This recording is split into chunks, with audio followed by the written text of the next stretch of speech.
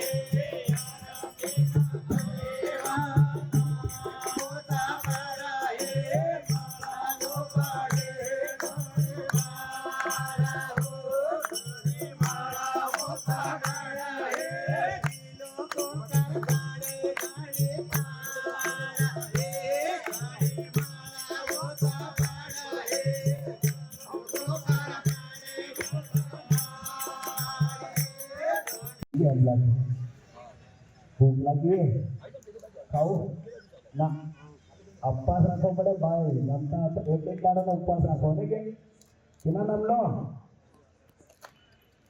તારીલા ગળગળાથી સ્વાગત છે આપણા ભક્તગણનું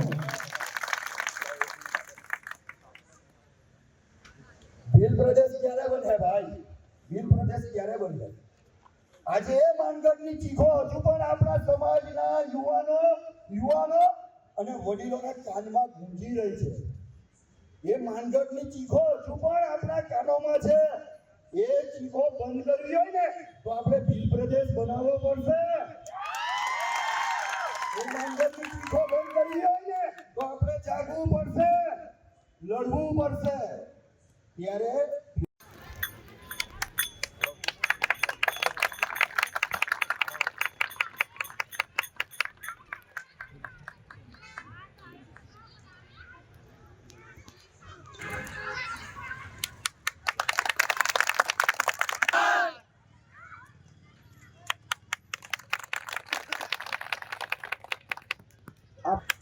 આપણા વગેરે મહેમાનો સ્વાગત થતું હોય ત્યારે તાળીના ગડગડાટથી વધાવી લેવું જોઈએ જય આદિવાસી આના સુરતમાં ઢીલોના અવાજ ગુંજો ચૂકે ગુંજો ચૂકે કે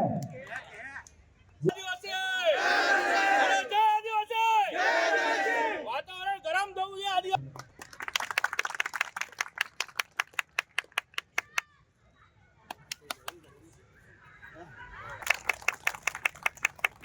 બંટીભાઈ બાબુ આખા જિલ્લા જોઈને આપણી વચ્ચે ઉપસ્થિત થયા છે.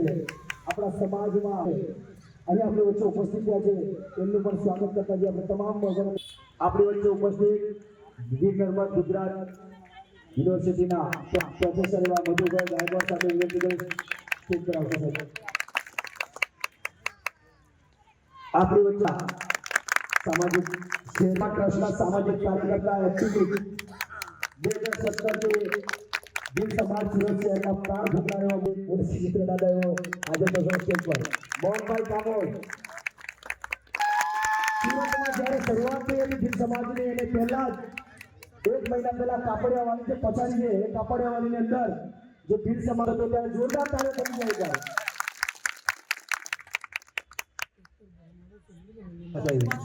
એ જ રીતે બોલવાનો અવશ્ય કરે.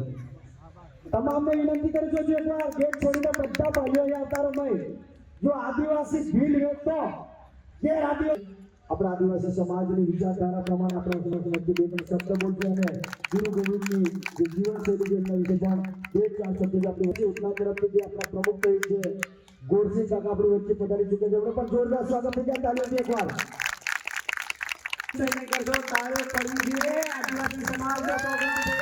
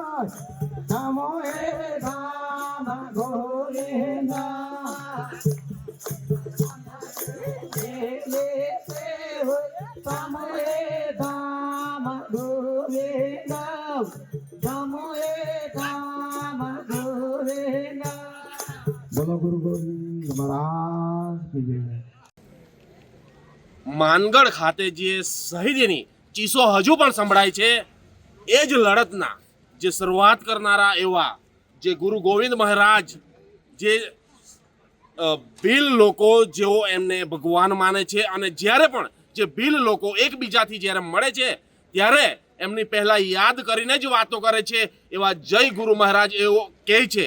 ત્યારે આજરોજ જ્યારે સુરત ખાતે, સુરતના ભટાર ખાતે જ્યારે 166મી જન્મ જયંતિ નિમિત્તે જ્યારે મોટી સંખ્યામાં ભીલ લોકો જ્યારે આવ્યા છે, ત્યારે ખાસ કરીને આદિવાસી સમાજના લોકો જ્યારે નવસારીથી પણ ઉપસ્થિત છે, માંડવીથી પણ ઉપસ્થિત છે, સુરતના લોકો મોટી સંખ્યામાં ભેગા થયા છે. ત્યારે આજે જે ગુરુ ગોવિંદ મહારાજની જન્મ જયંતિ નિમિત્તે આપણે એમની સાથે વાત કરીશું, લોકોને શું સંદેશો આપવા માંગે છે. ત્યારે આપણે સીધા પહેલા જે સમસ્ત આદિવાસી સમાજના જે નવસારી જિલ્લાના ડોક્ટર નીરવ પટેલ સાથે વાત કરીશું. એવો આજના દિને શું કહેવા માંગે છે? જોહાર, જય ગુરુ માલિક. આજરોજ જે આપણા મહાન વ્યક્તિ વંજારા સમાજનામાંથી જે આદિવાસી સમાજમાં એક જે જનજાગૃતિ અને ક્રાંતિ લાવનાર ભગત આંદોલન અને સમસભાના પ્રણેતા એવા જે ગુરુ ગોવિંદજી છે, એમના ચરણોમાં હું સતસત વંદન કરું છું. અને બીજું, ઇતિહાસકારોનું જે કાળું કારનામું કે જે જલિયાવાલા બાગ કરતાં પણ મોટો હત્યાકાંડ છે, એક જે શહીદ થયેલા છે આદિવાસી લોકો, 1500 તો ઇતિહાસકારો કહી રહ્યા છે, પણ અમે માનીએ છીએ 10,000 કરતાં પણ વધારે લોકો શહીદ થયા છે. અને એવા જે શહીદના જે કાર્યક્રમ છે, આજે એમના ગુરુ ગોવિંદસિંહના જે જન્મ જયંતિ છે એના નિમિત્તે અમે બધા ભેગા થયેલા હતા અને ખૂબ જ મોટી સંખ્યામાં સુરત શહેર જેવા શહેરી વિસ્તારમાં પણ આદિવાસી લોકો ખૂબ મોટી સંખ્યામાં રહે છે તે આજે પુરવાર થયું છે. એક મહેણું હતું કે ગ્રામ્ય વિસ્તારોએ જ આદિવાસી સંસ્કૃતિ ટકાવી રાખેલી છે, પરંતુ હવે રાજકોટમાં થોડા દિવસ પહેલા જે બિરસા મુંડાજીની રેસકોર્સ ખાતે મૂર્તિ મૂકવામાં આવી અને બિરસા મુંડા સર્કલ નામકરણ કરવામાં આવ્યું. ત્યારબાદ આ સુરત ખાતે પણ જે આજે મોટી સંખ્યામાં લોકો ઉપસ્થિત છે તે ખૂબ જ આજે ગર્વની વાત છે. અને બીજું, આજે જે દાહોદ છે કે મધ્યપ્રદેશ છે કે રાજસ્થાનથી છે જે આજે મજૂર વર્ગ અહીં આવીને જે મહેનત મજૂરી કરીને રસ્તા હોય કે શાળા કોલેજો હોય કે પુલ હોય કે કંઈ પણ વસ્તુ હોય જેના બાંધકામમાં એમનો જે લોહી પસીનાની આ મહેનત છે અને એ લોકોના મહેનત કરનારાઓના હાથ એટલા મજબૂત છે કે જે આ તોડબાજો હવે એ લોકોના હાથનું વજન સહન કરી શકે એવું નથી. અને હવે કોઈએ પણ આ મજૂરો હોય કે સામાન્ય માણસ હોય એ લોકો સાથે અન્યાય કરવાની એકલા સમજીને કોશિશ કરવી નહીં, અન્યથા હવે આદિવાસી સમાજ એક થઈ રહ્યો છે અને પ્રદેશવાદ હોય કે જાતિવાદ હોય કે પરસ્પર ભૂલીને હવે એક થઈ રહ્યા છે અને કોઈ પણ જગ્યાએ અન્યાય થશે